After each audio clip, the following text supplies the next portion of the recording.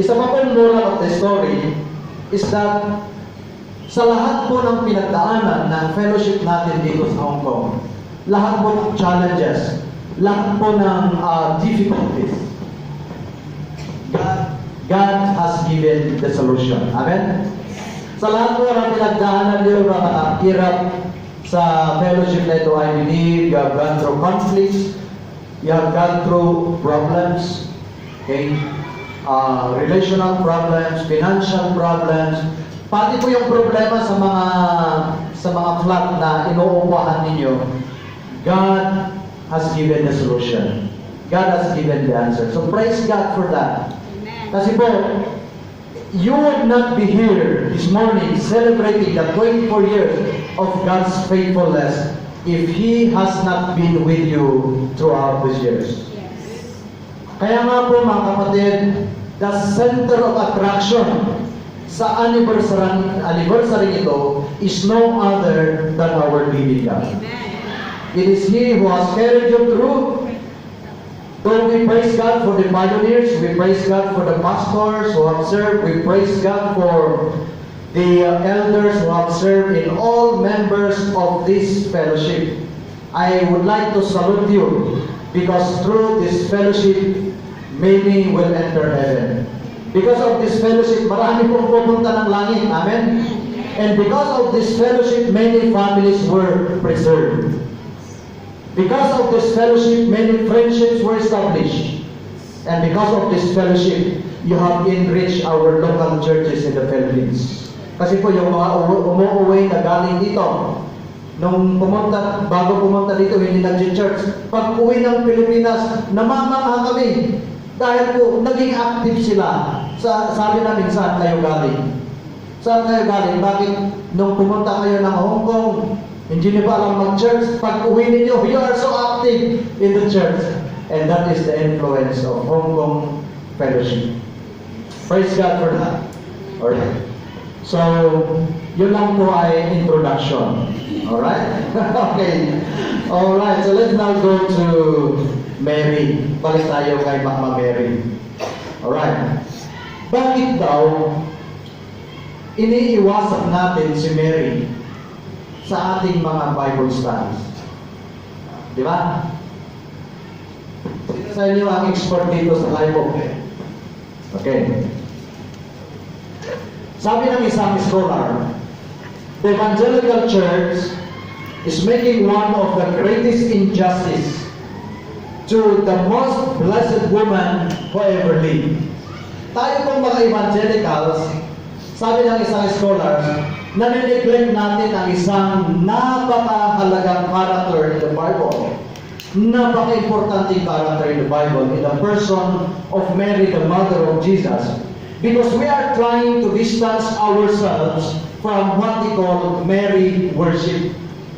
Diba? Dahil po kasi sa Mary worship that other religious groups are doing, we are trying to distance ourselves from that to the point that we have already neglected her, and we are no longer equating her. We are no longer equating her with the likes of Abraham, with the likes of Jacob, with the likes of Isaac and David. And so parang si Mary, naaalala lang natin during Christmas. Di po ba?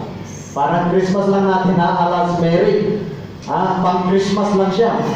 But you know what? Mary's life is a rich character study. Mary's life is full of inspiration.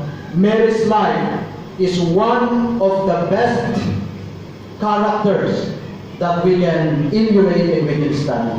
The very fact that she was called the most blessed woman who ever lived deserves a serious study as to what is the secret of her life, what is the secret of her victory, what is the secret of her success that made her a very significant woman in the history of mankind. So this morning, allow me to use the life of Mary as our lesson for our anniversary. Tatlo lang po na lesson ang gusto kong ipakita sa buhay ni Mary. First, she was chosen, and we will be looking at how she responded to divine interruption. Okay? She was chosen. And si Mary, marami po siyang plano sa buhay. She was just, some scholars say, mga 17 or 16 years old lang po siya. But the maturity that she has displayed, the maturity that she has shown to us is worth studying and is worth emulating. So Mary, sabi po sa Luke chapter 1 verse 26 to 27, was a descendant of David. Okay?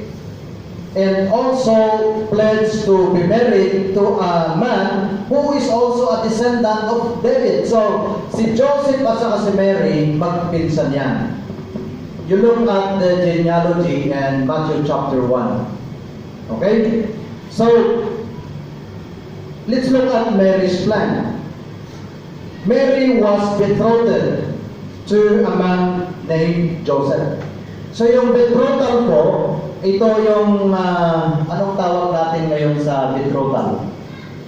Engagement. Okay? But yung engagement in those times, according to a commentary, yung engagement pala in those times is almost like a legal marriage. Okay?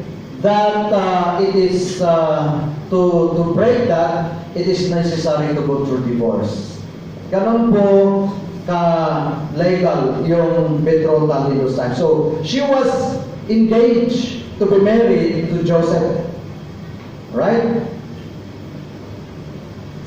But in her engagement, meron pong interruption. Okay? There is a divine interruption in her life. In verse 29, but the angel said to her, "Do not be afraid, Mary, you have found favor in God." Okay, dito po sa baba, pwede pong pakialas itong symbol. Mary, sabi ng angel, "You have found favor with God." Alright.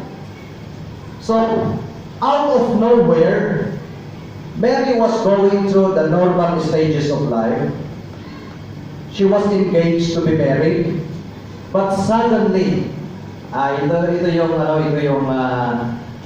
keyword natin. Suddenly, out of nowhere, here comes a divine interruption. May dumating na anghel na nagsabi sa kanya, "You are divinely favored." Okay? To be the mother of the Messiah. Alright.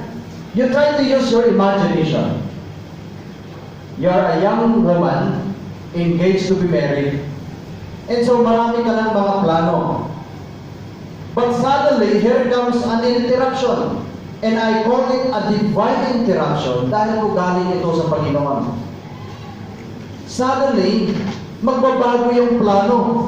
Okay? Magbabago yung plano, and it is the opposite of what Mary has been expecting. Ito pong word na favor, dito natin kinuha yung salita natin na favorite. Sinasabi ng angel kay Mary, "You are God's favorite. You are divinely favored to become the mother of the Lord Jesus Christ." Ang makikita natin dito, mga kapatid, is the divine interruption. Okay? Interruption comes that are not part of our daily plans. Interruptions that are opposite of what we are planning to do. Meron ba kayong mga naranasan na interruption sa buhay? Okay? Interruptions that you did not expect to happen, but they happened. They came. Okay? And parang yung life ni Mary was turned upside down. It was turned upside down in an instant. Okay? Anong gagawin ni Mary? What will she do? How will she respond to that divine interruption? Di po ba marami tayong interruption sa buhay? How do you deal? How do you respond to the interruptions of life? We will look at the response of Mary to the divine interruptions. Hindi mo ibig sabihin na you are divinely favored, that you are guaranteed a life free of struggles po. Hindi po guarantee na dahil God's favor is upon you, you will have an easy life. No, no, no. Okay? Being divinely favored means that we sometimes have to go through interruptions in life.